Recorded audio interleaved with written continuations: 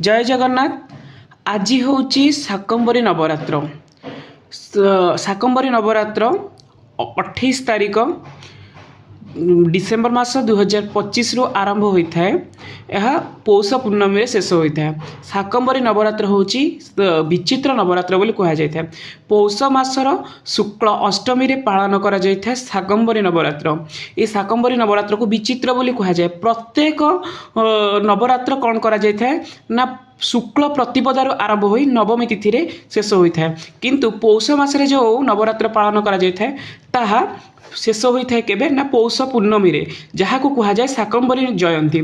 तेबे शाकंभरी जयंती जो मैंने पालन करती एवं शाकंभरी नवरात्र जो मैंने पालन करती से कौन सुविधा मिलता है ना उत्तम वातावरण रे रहिबाकू सुजोग मिलता है। आउ उत्तम खाद्य शस्य पुष्टिकर तत्व मिलता है। तेबे कह जाए कि ये देवी होउचंती बनशंकरी देवी एवं तांकर अन्य नाम होउची सत्ताक्षी देवी। ये सत्ताक्षी देवी को जो माने पूजा करती तांको माँ एते अशेष कृपा प्रदान करती जे कि तांको उत्तम वातावरण मिलता है। आजिका दिन में उत्तम वातावरण मिलवा बड़ कष्टदायक, कारण आमे कल कारखाना पाखापाखि रोचे, जानवाहन दूषित वायु को ग्रहण करुचे एवं उत्तम खाद्य शस्य मिल न था।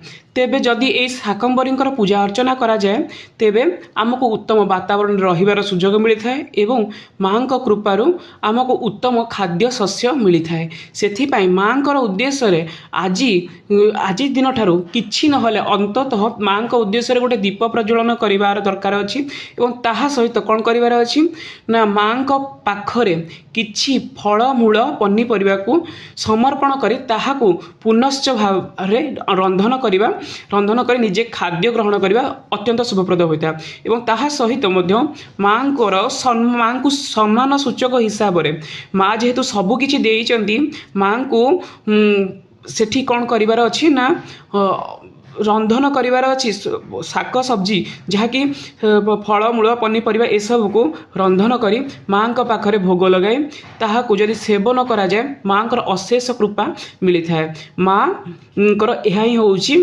अति शुभ दिन टे। तेणुकरी यही 8 दिन पर्यंत 28 तारीख ठारू आपण आरंभ करी जदि 8 दिन पर्यंत माँ पूजा अर्चना करती विशेष कृपा मिलता है। तेबे गोटे कथा कहबार अच्छी शाकंभरी उत्पन्न हेले किपरि।